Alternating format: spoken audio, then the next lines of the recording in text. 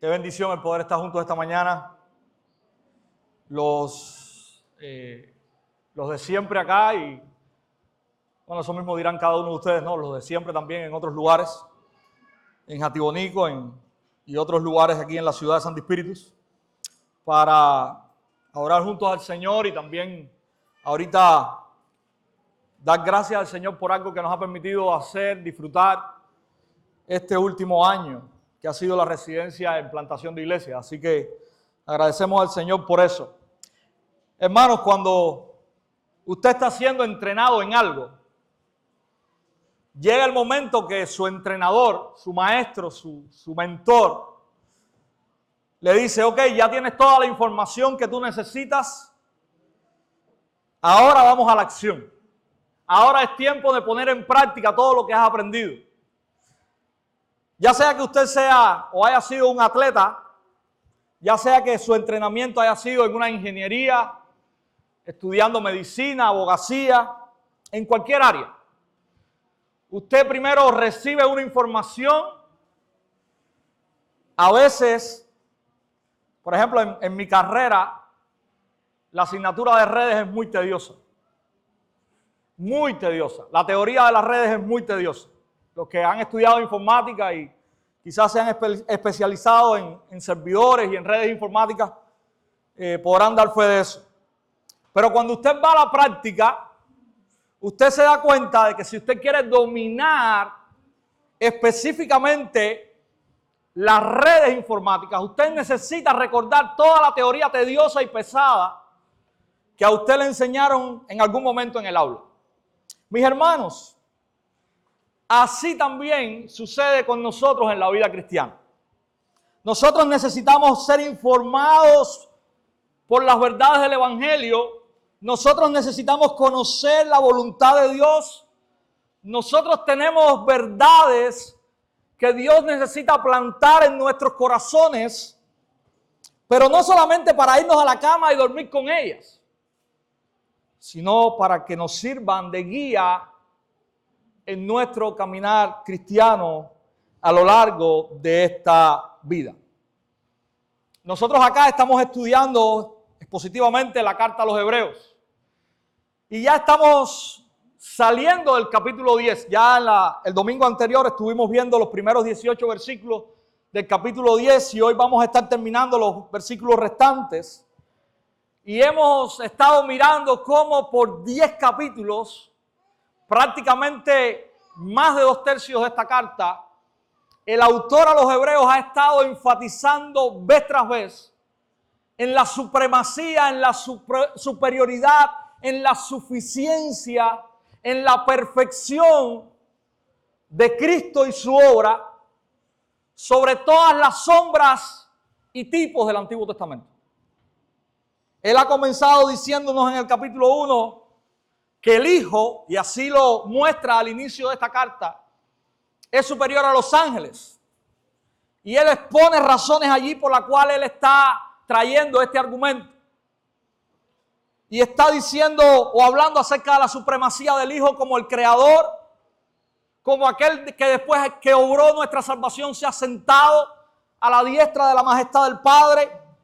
Y ha estado mostrándonos esto también en el capítulo 2. Nos dice que no solamente mirando al Hijo desde su exaltación podemos ver su superioridad, sino también incluso viéndolo en su humanidad y su entrega sacrificial por nuestros pecados.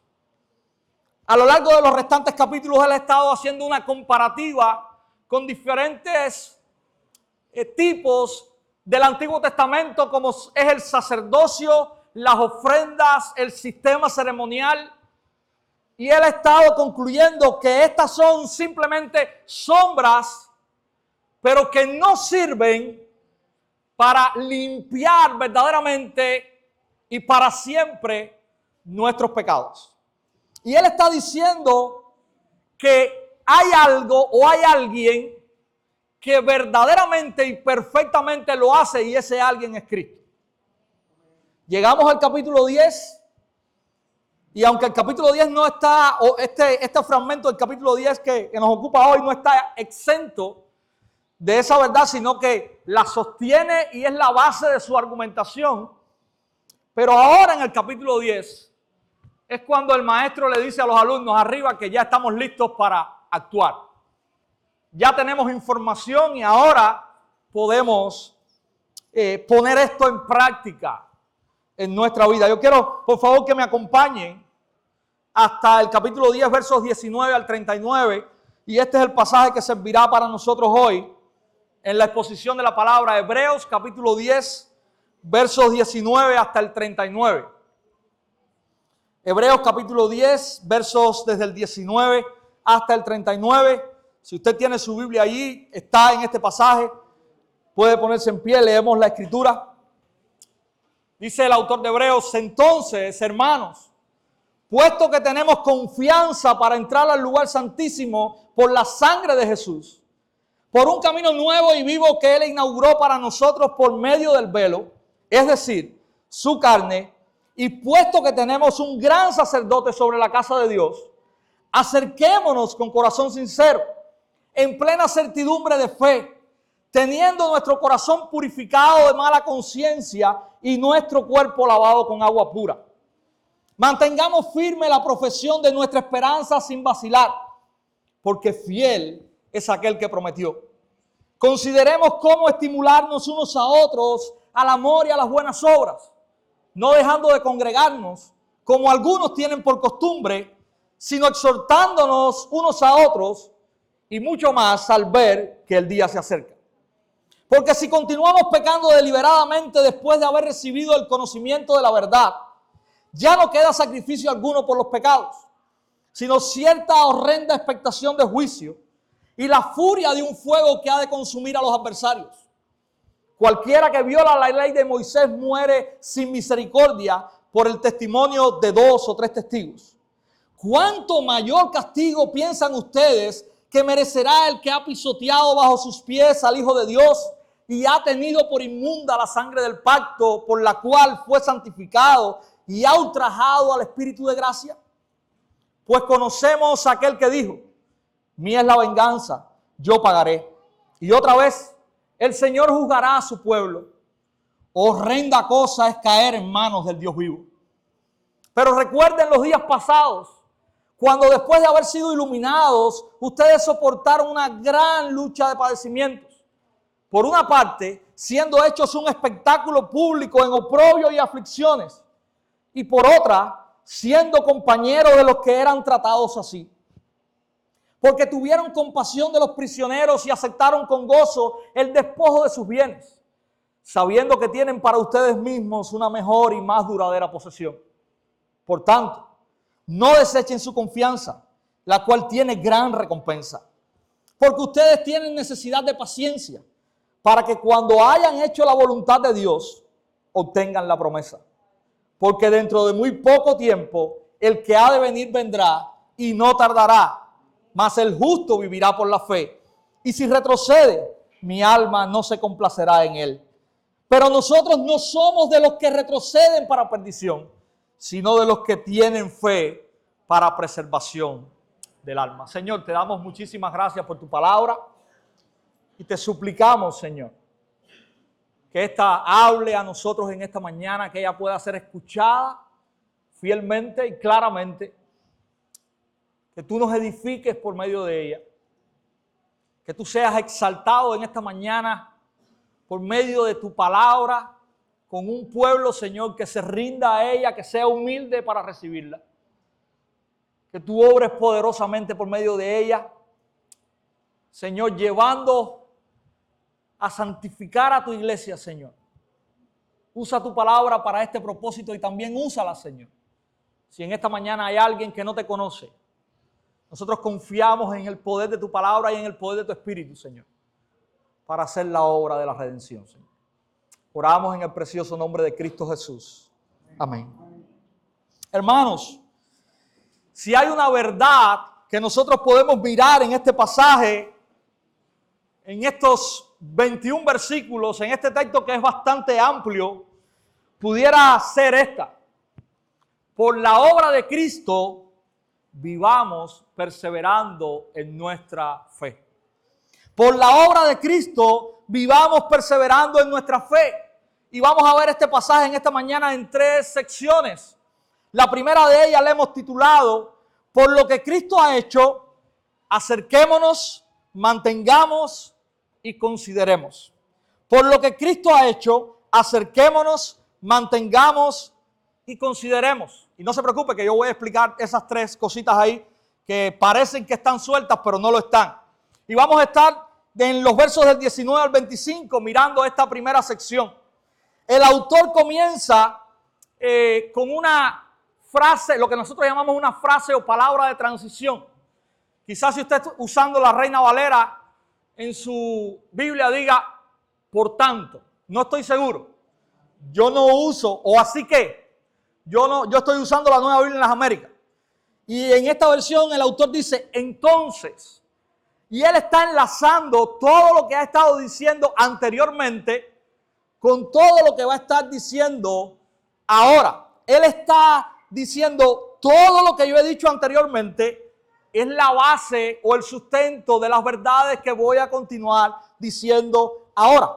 Pero no solamente hace eso, sino que en los primeros versículos de esta porción, él de una manera magistral hace un resumen de muchas de las cosas que ha dicho y de cómo Cristo es la base y el fundamento de la fe, y lo expone en 3 versículos. Y él en versículo 19, versículo 20 y 21 hace esto. En primer lugar, en el versículo 19, él dice que por todo lo dicho anteriormente, nosotros ahora podemos tener confianza para entrar al lugar santísimo por la sangre de Jesús. Y usted no puede perder de vista que la audiencia primaria que el autor de los Hebreos tiene es una comunidad hebrea. Bueno, la carta a los Hebreos, por supuesto, tiene que ser una comunidad hebrea. Sí, pero lo importante aquí es el contexto y el conocimiento que esta comunidad tenía del Antiguo Testamento. Y el autor en estos 3 versículos no está olvidándose de lo que para esta comunidad hebrea era importante. Y ellos conocían muy bien. Y él está o va a usar ahora una imagen del tabernáculo. Y en primer lugar, él nos está diciendo que nosotros por la sangre de Cristo tenemos acceso al lugar santísimo. Usted sabe lo que quiere decir eso. Para la comunidad hebrea, tener acceso con confianza al lugar santísimo no era algo simple y sencillo. Recuerden que en la mente de esta gente está el tabernáculo o está el templo, donde los sacerdotes oficiaban continuamente ofrendas y sacrificios por el pecado, donde habían lavamientos y ceremonias, y el lugar santísimo era un lugar reservado. Probablemente el lugar santísimo era el lugar donde muchos se preguntaran, ¿cómo será estar allí dentro? ¿Por qué? Porque no tenían acceso. Recuerden que en este lugar entraba solamente el sumo sacerdote una vez al año para presentar ofrendas por el pecado. Era algo exclusivo. No era que entraran todos los sacerdotes, solamente el sumo sacerdote que le tocaba en esa oportunidad. Sin embargo, Cristo ha hecho posible que todo su pueblo, ahora, por el sacrificio de su sangre, tenga acceso con libertad a un lugar que anteriormente estaba reservado. Hermanos, no solamente esto, sino qué representa este lugar. ¿Por qué este lugar era reservado? ¿Por qué el pueblo no tenía acceso? ¿Qué había en este lugar? Bueno, quizás usted diga, bueno, estaba el arca, las tablas de la ley, sí. Pero eso no era el kit del asunto. Mis hermanos, en este lugar estaba representada la presencia de Dios. Y cuando el autor de Hebreos está mostrando esta razón y está haciéndonos mirar ¿Qué es lo que ha logrado para nosotros el sacrificio de Cristo, la sangre de Cristo? Él nos está diciendo que tenemos confianza ahora, no para entrar a un lugar físico, sino para entrar a la presencia de Dios. El pueblo de Dios, por medio del sacrificio de Cristo, ahora tiene acceso confiado a la presencia de Dios. El sacerdote en el Antiguo Testamento, aún el sumo sacerdote, cuando entraba, no entraba confiadamente. Él tenía que hacer expiación por él tenía que hacer expiación por el pueblo, él tenía que seguir un ritual de lavamientos, él tenía que presentar una ofrenda que fuese, digamos, digna o agradable. Pero ¿sabe qué, hermanos? Este sumo sacerdote podía morir dentro del lugar santísimo. Pero ahora, por la obra de Cristo, y por eso la palabra confianza tiene para mí tanta fuerza en esta primera oración, es lo que nos debe llevar a nosotros a mirar. Hermanos, lo que estaba velado en Cristo ahora ha sido puesto delante de nosotros. Tenemos acceso a Dios. No de una manera distante o temerosa, aunque en cierto sentido sí, pero ahora podemos entender que Dios, por medio de su Hijo, por medio de la sangre de su Hijo, nos ha hecho su pueblo especial, aquel que tiene acceso seguro a Él. Y esa es la primera razón que el autor de Hebreos está dándonos. Él dice en el versículo 20 también, por un camino nuevo y vivo que Él inauguró por nosotros por medio del velo, es decir, su carne. Y en los versículos del 1 al 18 de este propio capítulo 10, el autor nos está mostrando que Dios por medio de su Hijo también, por medio de la sangre de su Hijo, ha hecho un nuevo pacto. Y cuando el autor de Hebreos nos está hablando de este camino nuevo y vivo, él está volviendo a recalcar en la idea de que por medio de Cristo hay un nuevo pacto con nuevas y mejores promesas que ahora su pueblo puede disfrutar. Y dice que este nuevo pacto es el pacto que él ha establecido quitando el velo. Y si usted va allí a los evangelios y ve el relato de la muerte de Jesús, usted ve una frase: y el velo del templo se rasgó por la mitad. Pero esa frase, mis hermanos, no es una frase para dejar pasar. Esa frase también está junto con lo que ya veníamos viendo, enlazada a ese acceso. Y ahora el autor de Hebreos nos está diciendo que ese velo, y él está haciendo, por supuesto, una analogía aquí, es la carne de Jesús. Esa carne que fue molida y partida por nosotros.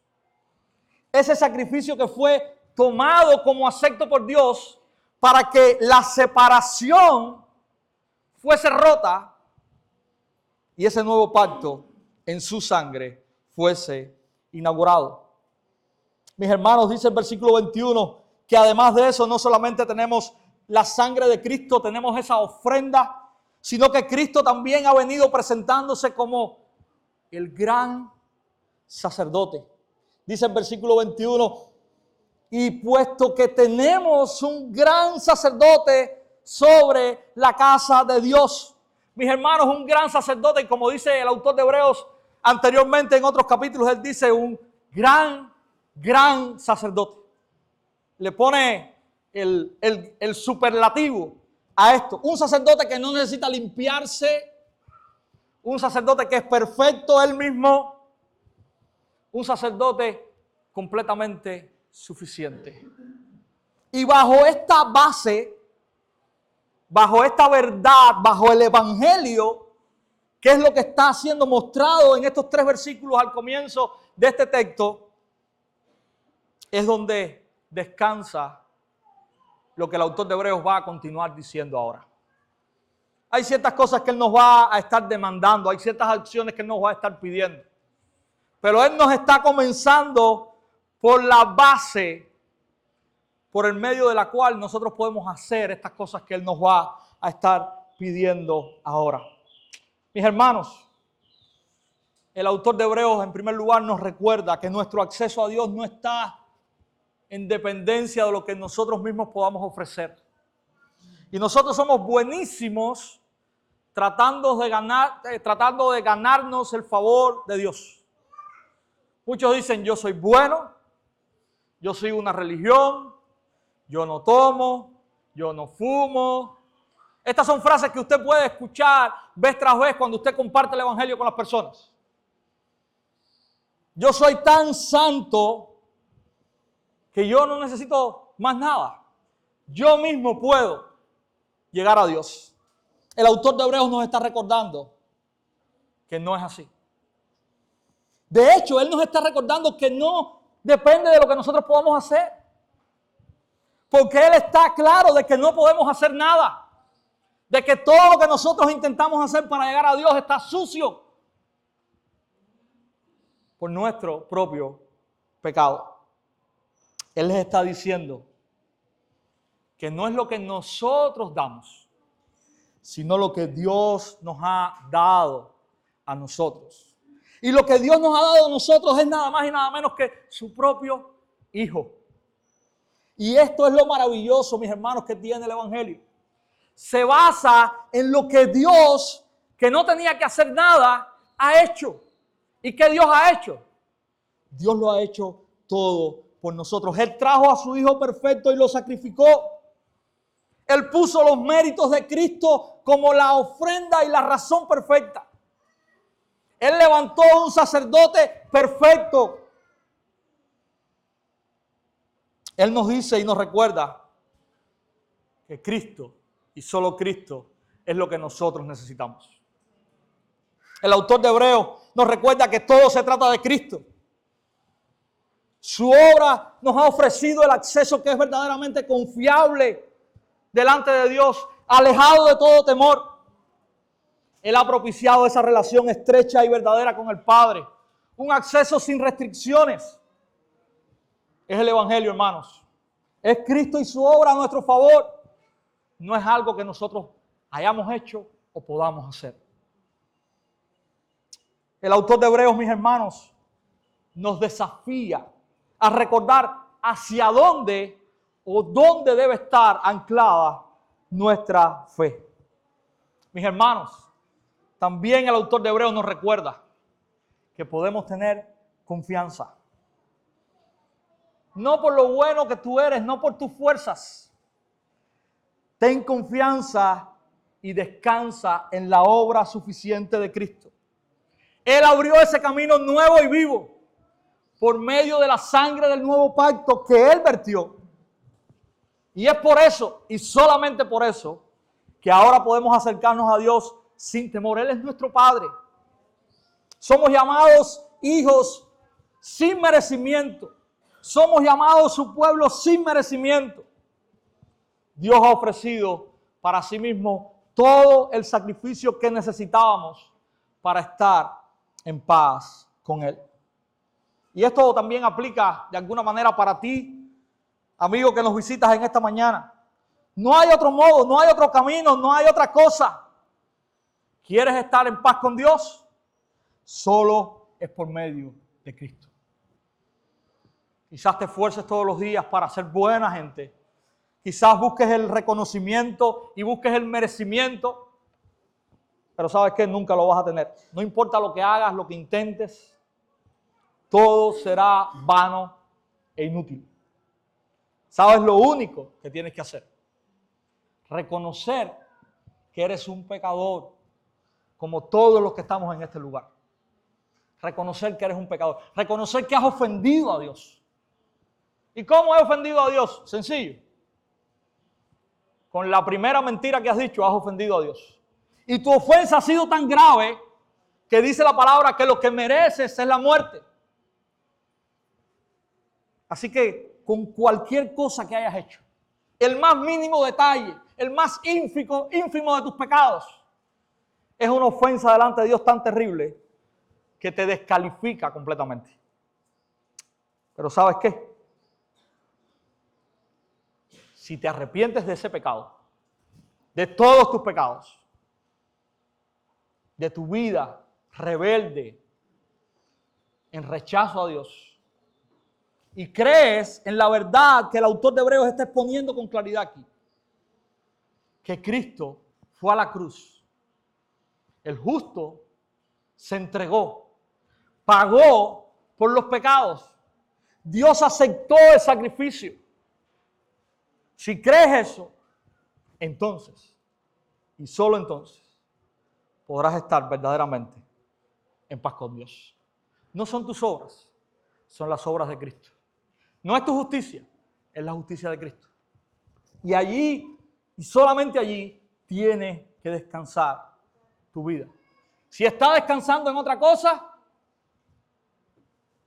tristemente tengo que decirte que aún estás en tus pecados. Hermanos, basados en esa confianza, ahora en los versículos 22 al 25, hay tres cosas que el autor de Hebreos nos está pidiendo. En primer lugar, versículo 22, él nos dice, basado en esto, acerquémonos. Y esto es lo primero que él nos dice, acerquémonos. Dice el autor de Hebreos, con corazón sincero, en plena certidumbre de fe, teniendo nuestro corazón purificado de mala conciencia y nuestro cuerpo lavado con agua pura. Y este versículo, mis hermanos, nos está reafirmando la confianza con la cual el autor está comenzando esta porción. Y ahora nos insta, acérquense a Dios. Ya tienen esa confianza, tienen el acceso, tienen la entrada. Pero no solamente eso, Él nos recuerda que Dios nos ha limpiado para poder acercarnos. Él nos habla de la obra de Cristo en nosotros, ese corazón purificado de mala conciencia y nuestro cuerpo lavado con agua pura. Tiene que ver con la obra que Cristo ha hecho en nosotros. No es que usted tenga que ir ahora y lavarse y hacer ciertas cosas para acercarse a Dios. No, Él nos dice, ustedes han sido limpiados para poder acercarse a Dios. Acérquense a Él. Miren la grandiosa obra de Cristo. Ustedes han sido receptores de ella. Tienen el acceso para hacerlo. Mis hermanos, algunos piensan que esta idea del agua pura y demás tiene que ver con o representa el bautismo. Yo creo que está muy anclada al contexto que el autor de Hebreos está trayendo con estos escenarios del Antiguo Testamento, el tabernáculo, el sistema de sacrificios y todas estas cosas.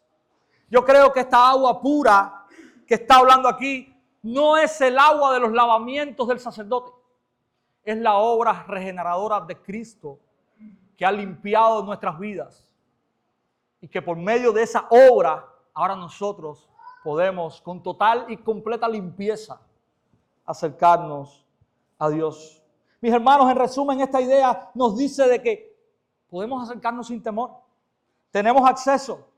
Él mismo nos ha preparado, nos ha limpiado para esto. Por tanto, acércate con plena certidumbre de fe. Ya no nos estamos acercando o no nos podemos acercar como el pueblo en Éxodo 19, cuando Moisés es llamado a subir al monte y le dice, no, el pueblo que se quede allí no puede estar en la presencia de Dios. O como el sacerdote que tenía que limpiarse para poder entrar al lugar santísimo. No. Ya somos llamados a acercarnos porque ya hemos sido limpiados por Dios para poder hacerlo. Verso 23. Mantén firme tu fe y esperanza. Y podemos traducirlo en persevera.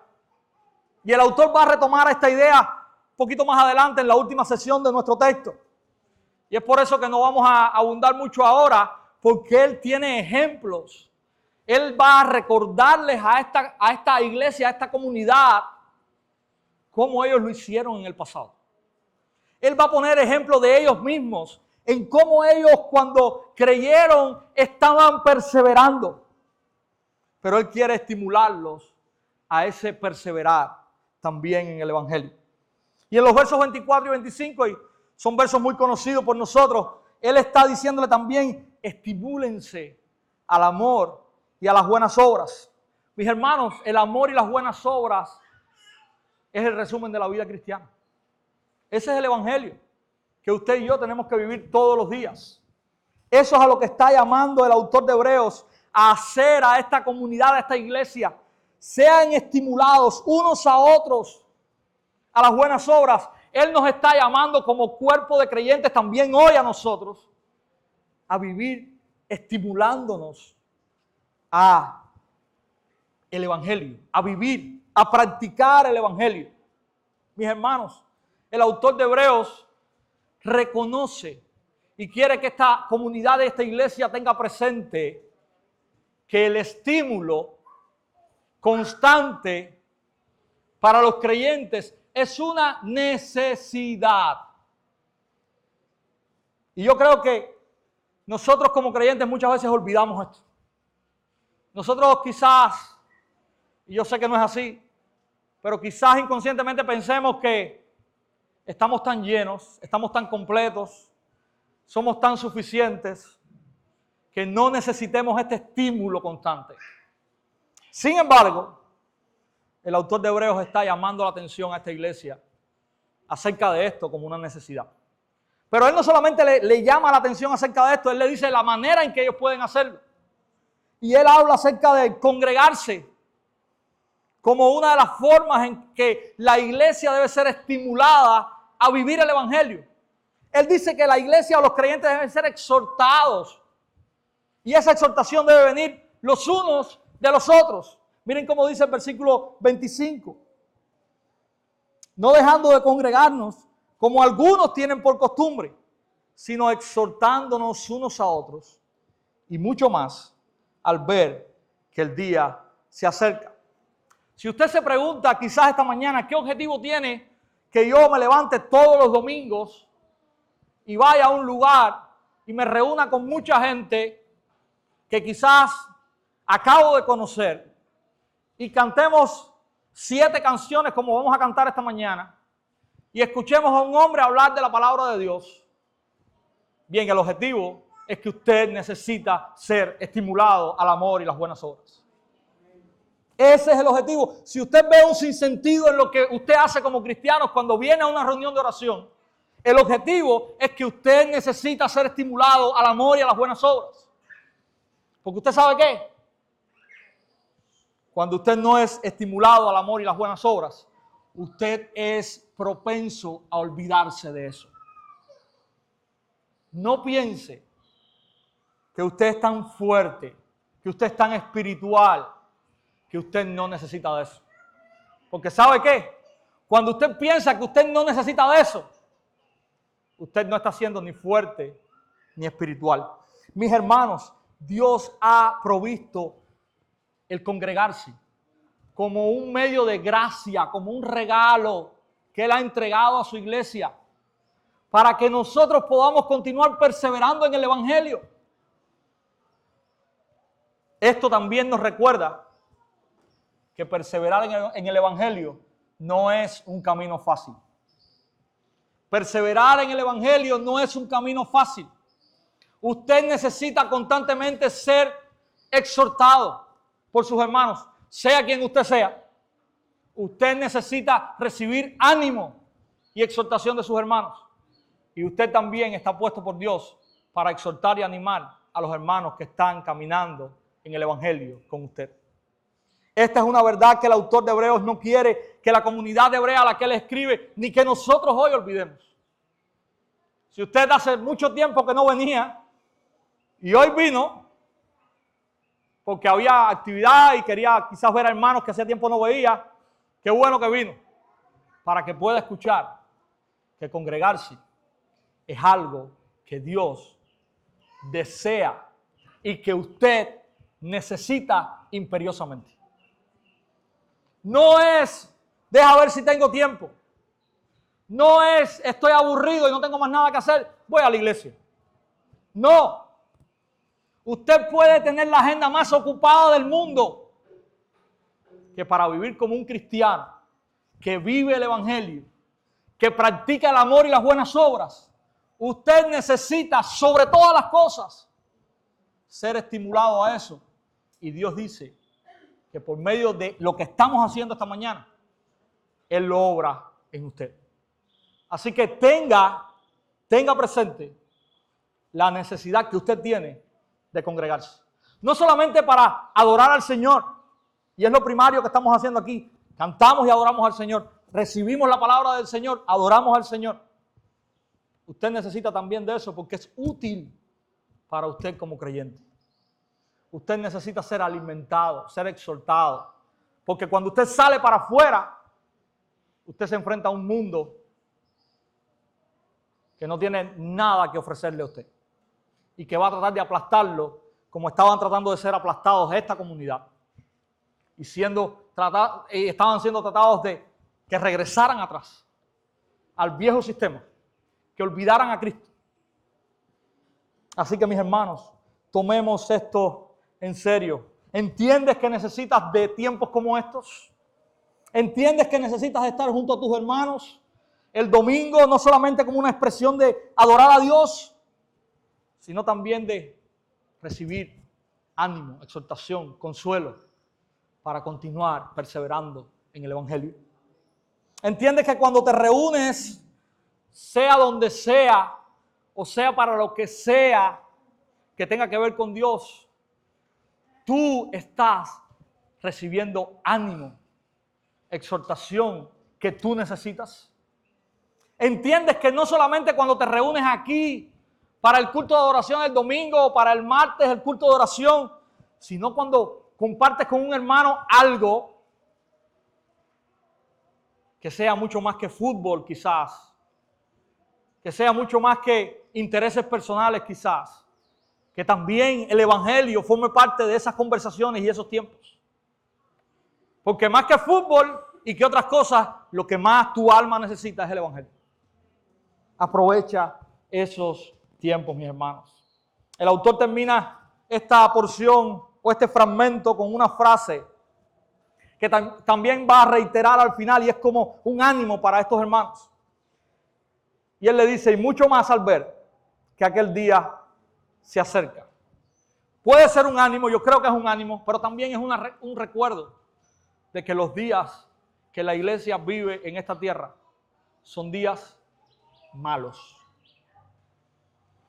Y que también, como estos días son días malos, usted necesita del evangelio. Usted necesita ser exhortado y animado en el evangelio. Así termina, mis hermanos, esta primera parte.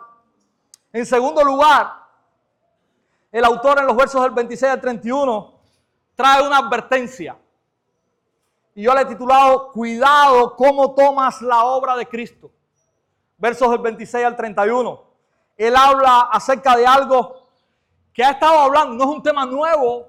Ahora en el capítulo 10, si usted ha estado en todas estas semanas, quizás para los que nos visitan sea algo nuevo. Pero en el capítulo 5, verso 11, hasta el capítulo 6, verso 12, nosotros estuvimos viendo hace unas semanas el tema de la apostasía. Cómo el autor de Hebreos hacía un llamado acerca del peligro de la apostasía. Y yo le decía, cuando estuvimos alrededor de este pasaje, yo le decía, esta advertencia del capítulo 6 es una advertencia muy fuerte. Y yo creo que en el libro de los Hebreos, en la carta a los Hebreos, está solamente comparada con una que tenemos en el capítulo 10. ¿Lo recuerdan? Bueno, la que tenemos en el capítulo 10 es esta, que tenemos hoy aquí. Mis hermanos, yo la organicé de una manera diferente a la del autor de Hebreos para poder explicarla. Yo la organicé en 3 preguntas que podemos respondernos con lo que el autor de Hebreos está diciendo aquí. En primer lugar, yo quiero que usted vea qué están haciendo este grupo de personas a la cual el autor de Hebreos está escribiéndole o se está refiriendo en este fragmento. Segundo, yo quiero que ustedes vean quiénes son. Y en tercer lugar, yo quiero que ustedes vean cuál será su fin. En primer lugar, ¿qué están haciendo? Bueno, dice el versículo 26, mis hermanos, que ellos están pecando deliberadamente. Y esta idea que el autor de Hebreos está presentando es la idea de que están pecando y eso no les afecta. Hay un pecado que no está mortificando la vida de aquellos que lo están haciendo. Y yo sé que aquí pudiera haber varias interpretaciones, pero vuelvo y digo, yo creo que este pecado está muy a tono con el contexto de la carta a los Hebreos. Es por eso que yo creo que aunque este pecado pueda tratarse de cualquier forma de pecado, si usted está pecando deliberadamente, si usted su pecado no le afecta, si usted está inmerso en una vida de pecado, sea cual sea el pecado, y usted no, como decimos en buen cubano, y usted no siente ni padece por eso, usted le gusta lo que hace, usted se siente bien con lo que hace, aunque abiertamente usted sabe que es pecado y todo el mundo le dice, eso es pecado. Mis hermanos, usted está de alguna manera identificado en este grupo. Pero en segundo lugar, yo creo que específicamente también hay un detalle que el autor de Hebreos trae a colación aquí específicamente con este pecado deliberado. Y él nos dice en el versículo 29 lo siguiente: ¿cuánto más castigo piensan ustedes que merecerá el que ha pisoteado bajo sus pies al Hijo de Dios y ha tenido por inmunda la sangre del pacto por la cual fue santificado y ha ultrajado al Espíritu de gracia? Yo creo, no sé si estará pensando solamente en este grupo, pero yo creo que el autor de Hebreos está pensando ahora a esa gente que está dentro de esa comunidad de la iglesia, que está despreciando abiertamente a Cristo y lo que Él es, y que está mirando hacia atrás, y que está refugiándose en la antigua manera y en el antiguo sistema que el autor de Hebreos ha estado tratando de destruir por 10 capítulos. Interesante. Quizás a usted no le haga mucho sentido, pero cuando él habla acerca de la sangre del pacto, él dice que esta gente la ha tenido por inmunda. Y para los hebreos, poder presentar sangre de un animal como ofrenda no era de cualquier animal. Si usted va al Antiguo Testamento, Dios muchas veces, si usted va a Malaquías, por ejemplo, Dios muchas veces está airado con su pueblo y está trayendo el anuncio de juicio porque el pueblo no ha tomado en cuenta que los animales que debe presentar como ofrenda deben tener ciertos requisitos. Imagínense ustedes tomar la propia sangre de Cristo como algo inmundo. Dice una traducción que ellos han tomado la sangre de Cristo como algo vulgar e inmundo. Imagínense la profundidad de la rebeldía, de la impiedad, no sé cómo llamarle eso, de este grupo al cual el autor de Hebreos se está refiriendo aquí. Así que eso específicamente, mis hermanos, es lo que están haciendo. Ellos están menospreciando hasta lo sumo lo que Cristo ha hecho. La preciosa sangre de Cristo que el autor de Hebreos está diciendo que es completamente suficiente para limpiar los pecados, ellos están diciendo esto es vulgar e inmundo. Quiero hacer un paréntesis aquí, porque creo que es necesario. Quizás usted escuchó y dijo, ok, el que peca deliberadamente, ¿qué significa eso? Yo estoy luchando con pecados, yo peco. ¿Será que yo estoy en ese grupo? Mis hermanos, vuelvo y repito, este grupo es el grupo que peca constantemente y no siente nada por eso. Si usted está luchando con el pecado, si usted cae y usted es dolido por su pecado, si usted es movido al arrepentimiento, si usted va a Dios suplicando su perdón. Si usted se duele con eso, esté tranquilo. No es de usted de quien se está hablando aquí. Segundo lugar, ¿quiénes son? Primer nombre que se les da en este pasaje. Y yo lo tengo entre signos de interrogación. Pueblo de Dios, verso 30. Dice el verso 30. Pues conocemos a aquel que dijo, mía es la venganza, yo pagaré. Y otra vez, el Señor juzgará a su pueblo. Algunos dicen, mira, este es pueblo de Dios. No quiero ver sus caras y quiero que estén tranquilos. Voy a explicarles eso ahora. Este no es pueblo de Dios. ¿Ok? Este no es pueblo de Dios. Primero, mis hermanos, dentro de la iglesia, que es llamada el pueblo de Dios, ¿sí o no? ¿Ok? Dentro de la iglesia de Santo Espíritu, de Jatibonico, de Agramonte, de cualquiera, usted tiene, y yo creo que usted puede estar apercibido de esa realidad. Si no, por favor, apercíbase hoy. Usted tiene creyentes verdaderos y usted tiene personas que piensan que son creyentes, pero no lo son. ¿Usted está claro de esa realidad? Yo espero que sí, ¿verdad?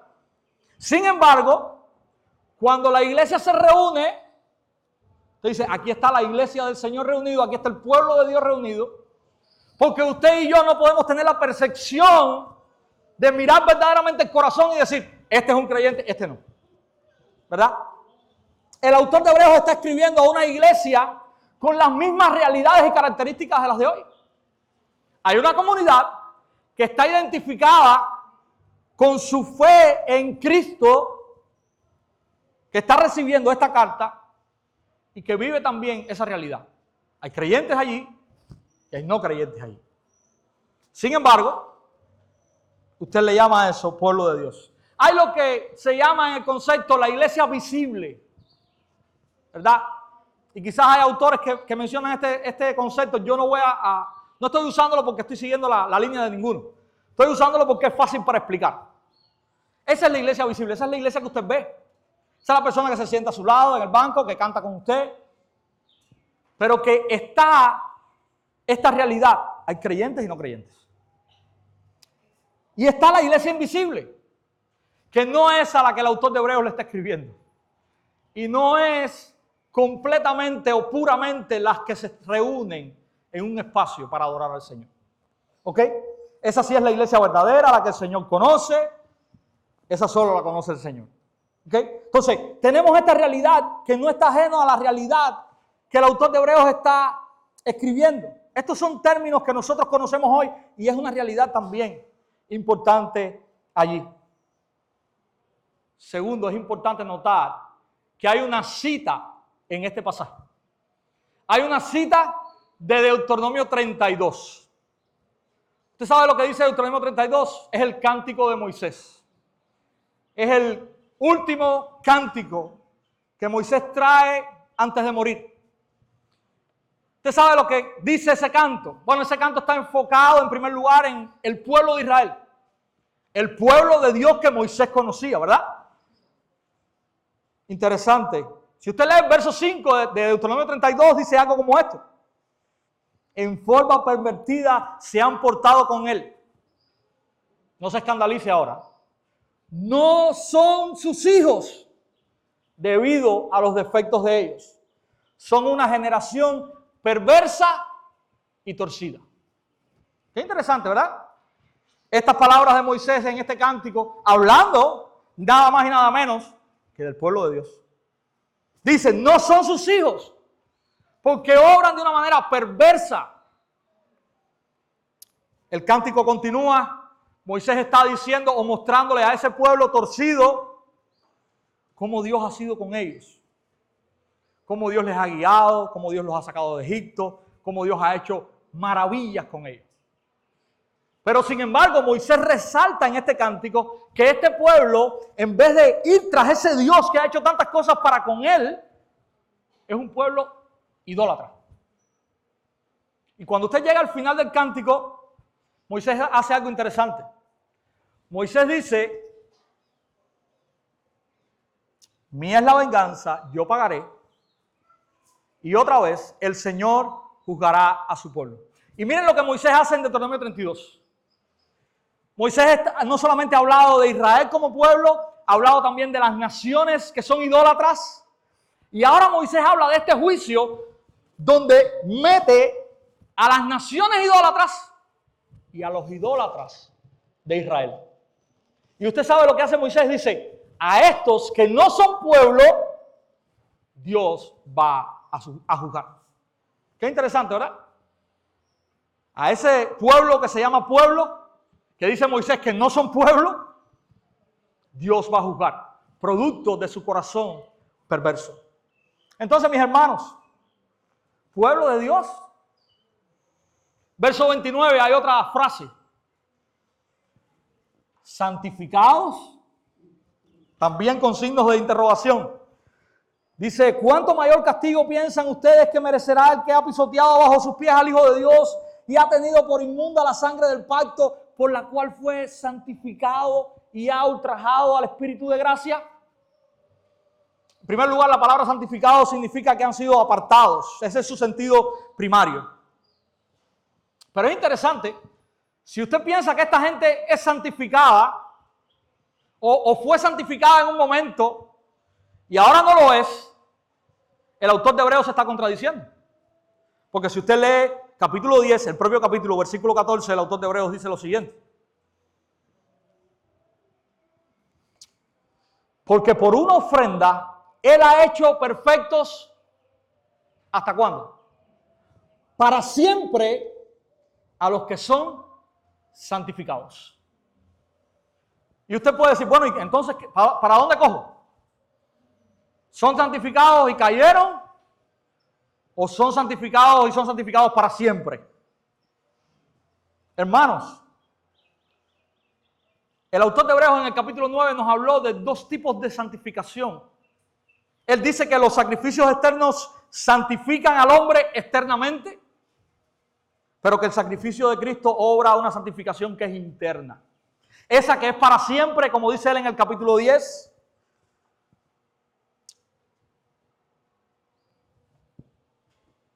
¿A qué se está refiriendo aquí con santificados? Si usted sigue en el contexto, usted puede llegar al capítulo 6 y puede ver que también él habla de un grupo de personas en el capítulo 6 que han recibido y han experimentado ciertas cosas. Sin embargo, dice que recayeron y que no hay forma de que sean nuevamente levantados. Pero lo más interesante que yo veo en la Biblia con la frase santificado es lo que yo encuentro en 1 Corintios capítulo 7. Si usted va a 1 Corintios capítulo 7, conmigo, usted va a leer algo que quizás lo deje atontado por un segundo.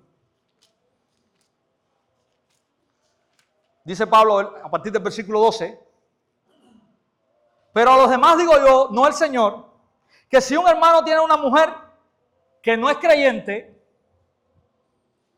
y ella consiente en vivir con él, no la abandone. Y la mujer cuyo marido no es creyente, y quédese con esa frase en la mente, y consiente en vivir con ella, no la abandone o no abandone a su marido. Y mire ahora estas dos frases juntas. Porque el marido que no es creyente, ¿qué cosa es? Es santificado por medio de su mujer. Y la mujer que no es ¿qué? Que no es creyente, es santificada por medio de su marido creyente. De otra manera, sus hijos serían ¿qué? Inmundos, pero ahora son santos. Hermanos, ¿a qué se está refiriendo Pablo aquí? Y el autor de Hebreos aquí, en que hay bendiciones que las personas pueden recibir, que son externas y que de alguna manera son de provecho para ellos. Pero que este grupo de personas ha rechazado. Fíjense cómo Pablo habla de esposa no creyente, marido no creyente santificado. ¿Por qué es santificado? ¿Se convirtió? No, dice Pablo, no es creyente. Es santificado por la acción de un creyente dentro del marco familiar y la bendición que ese creyente puede traer a la vida de ese no creyente. Él no es santificado porque hay una obra de Dios en su corazón. Pablo dice, él no es creyente. Entonces, no siempre santificado quiere decir todo está bien, tú eres un cristiano. Porque si usted solamente lee el pasaje, estas personas de Hebreos 10 no se parecen en nada a lo que un creyente es o hace. De hecho, la imagen que el autor de Hebreos nos está trayendo de esta gente en el capítulo 10 es una imagen de una impiedad a lo sumo. Entonces, no son santificados de esa manera. Ellos han estado en medio de la comunidad de la iglesia, ellos han escuchado la palabra, ellos han sido partícipes de las bendiciones del evangelio, pero ellos han decidido rechazar todo eso, no les interesa. Usted sabe lo que se dice de este pasaje que ellos son. Lo tengo en mayúscula aquí. Ellos son adversarios. Versículo 27. Sino cierta horrenda expectación de juicio y la furia de un fuego que ha de consumir a los adversarios. Eso es lo que le espera a esta gente. Eso es lo que le espera a esta gente. Ellos son adversarios de Dios. Ellos son contrarios al evangelio. Eso es lo que ellos son. ¿Y cómo yo lo sé? Porque su manifestación no es de un hijo de Dios. Es de un enemigo de Dios. Es de un adversario de Dios. Y es por eso que son llamados de esa manera. No son amigos de la cruz, son enemigos de la cruz de Cristo. ¿Cuál es su fin? Bueno, el propio versículo 27 dice que le espera un horrible fuego que ha de consumirlos. ¿Qué más dice que le espera? Bueno, dice también en el versículo 28, cualquiera que viola la ley de Moisés muere sin misericordia por el testimonio de 2 o 3 testigos. ¿Cuánto mayor castigo piensan ustedes que merecerá el que ha pisoteado bajo sus pies al Hijo de Dios y ha tenido por inmunda la sangre del pacto? Y él dice, ustedes ven que en el Antiguo Testamento el que obraba en pecado, Deuteronomio 16, Deuteronomio 19, usted puede encontrar esto. Esto es a lo que está citando el autor de Hebreos. Usted ve que hay 2 o 3 testigos y esta persona es apedreada, hay un castigo físico sobre ella. Bueno, eso no es nada comparado con el fin de estos adversarios. Porque ellos no van a ser juzgados por hombres. Ellos van a caer en las horrendas manos del Dios vivo. Ese es su fin. Ese es su fin. Y usted sabe qué dice el autor de Hebreos. Horrenda cosa es esta. Horrenda, terrible cosa es esta. Esta es sin duda una fuerte advertencia para aquellos que en buen cubano podemos decir, están, pero no son. Creo que cada uno de nosotros, mis hermanos, puede examinarse a la luz de esta realidad. ¿Quieres algunas preguntas? ¿Qué significa para ti el sacrificio que Cristo hizo en el Calvario? ¿Dónde está tu esperanza? ¿Tu esperanza está en la obra de Cristo? Aun cuando pecas, ¿tu corazón es movido al arrepentimiento? ¿Hay dolor en tu corazón por el pecado? ¿O eres indiferente a eso? Vengan más pecados. Estos, sin duda, mis hermanos, son síntomas de una enfermedad mortal en todo el sentido de la palabra, que se llama apostasía.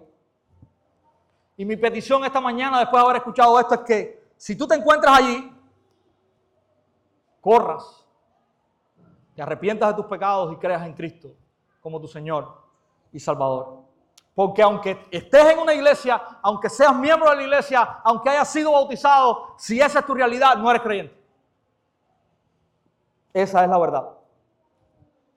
En tercer lugar, mis hermanos, y ya pienso terminar dentro de poco, el llamado final, versos 32 al 39, perseveremos porque nuestro Dios está a un paso. Perseveremos porque nuestro Dios está a un paso, y el autor retoma aquí la idea que mencionó por arribita en el versículo 23. Él lleva a estos lectores hebreos a recordar el pasado. Él le trae en retrospectiva su vida del pasado. Él les dice, pero recuerden los días pasados cuando después de haber sido iluminados, ustedes soportaron una gran lucha de padecimientos. Y al parecer, Él los está llevando a ese momento de lo que algunos llaman el primer amor, después que conocen al Señor y que están en ese momento donde todo es lindo, donde todo es bonito, donde todo lo quiero hacer, donde quiero vivir. Y Él les está diciendo que su vida en ese momento no fue una vida fácil. De hecho, miren lo que Él dice. Verso 33, Él dice que ellos mismos han sido un espectáculo público. Dice, en oprobio y aflicciones. Esta gente está entrenada en la escuela de la aflicción y el dolor. Y en este momento al cual Él los lleva a pensar, ellos están viviendo perseverantes. Ellos están viviendo, caminando la carrera, corriendo la carrera de la fe. Pero no solamente ellos fueron un espectáculo público. Él dice también que ellos compartieron con sus compañeros que también eran tratados así. No solamente la comunidad hebrea, parece ser también que Él está hablando de alguna comunidad gentil que también está sufriendo por lo mismo, está sufriendo por el evangelio. Y Él está diciendo, ustedes fueron compañeros, ustedes estaban caminando la misma carrera y lo estaban haciendo bien. En el versículo 34 nos da más detalle y les recuerda que ellos están sufriendo todas estas cosas mirando solamente hacia un lado. Él les recuerda esto, sabiendo que tienen para ustedes una mejor y más duradera posesión. Ellos están caminando bajo las batallas de la fe, pero están sabiendo que hay alguien que los sostiene y tienen una esperanza que los ha llevado a ser fortalecidos y a soportar todo lo que están viviendo. El autor termina verso 35 en adelante, recordando que hay verdadera recompensa para el creyente que persevera en medio de las aflicciones y de las pruebas. Él termina citando un pasaje que está en Habacuc capítulo 2, versículos 3 y 4. Allí el Señor le dice a Habacuc, tranquilo, espera, porque dentro de un tiempo lo que tiene que venir, viene, no va a tardar, mas el justo vivirá por la fe. Y allí Dios le está diciendo esto a Habacuc, a las palabras de reproche, pudiésemos decirlo, de cuestionamiento del profeta acerca de cómo está sucediendo esto. Todo está virado al revés. Y Dios le está diciendo al profeta, oye, en el tiempo que yo lo voy a hacer, yo voy a hacer una obra en un tiempo. Yo sé cuál es ese tiempo y espéralo porque va a venir. Pero el justo vive por su fe. Y él está usando este pasaje para decirle a estos hermanos que el Señor ya no va a venir como vino en el tiempo de Habacuc, sino va a venir como les dijo en el versículo 25, mostrándoles que el día del Señor está acercándose, que el Señor va a traer su juicio y va a traer también liberación para ellos, y esa es la recompensa que ellos esperan, pero recordándoles también que como justos y como cuerpo de Dios, iglesia de Dios que vive el evangelio, tienen que continuar viviendo por su fe, porque esa es la manera que los justos viven. Y fe usted lo puede traducir en este pasaje como fidelidad. Es la confianza que tú tienes en Dios y es la manera en que basado en esa confianza tú vives el Evangelio. Esa es la exhortación con la cual termina este pasaje, hermanos. Podemos preguntarnos, ¿estás perseverando como al inicio? ¿Estás caminando con los ojos puestos en la esperanza de la venida del Señor y de su reino inmutable? ¿Estás esperando cosas del aquí, de la ahora, que quizás te llenan temporalmente o parcialmente? ¿O tienes tu deleite en la gloria que esperamos que ha de manifestarse en los cielos? ¿Estás pidiendo ser perfeccionado con paciencia en medio de las aflicciones de este tiempo, mientras esperas con gozo al Señor? Estas son cosas que debes preguntarte. Termino en esta mañana. Tenemos el Evangelio expuesto de muchas maneras en el libro de Hebreos. El Evangelio es la base por la cual esta comunidad, esta iglesia debe vivir. No sostenido en antiguos rituales que no perfeccionan verdaderamente al hombre, sino sostenidos en la obra y en la persona de Cristo. Esa es una realidad para nosotros hoy. Es Cristo. Cristo es suficiente, Cristo es mejor. Y por la obra de Cristo, mis hermanos, es que también nosotros podemos perseverar.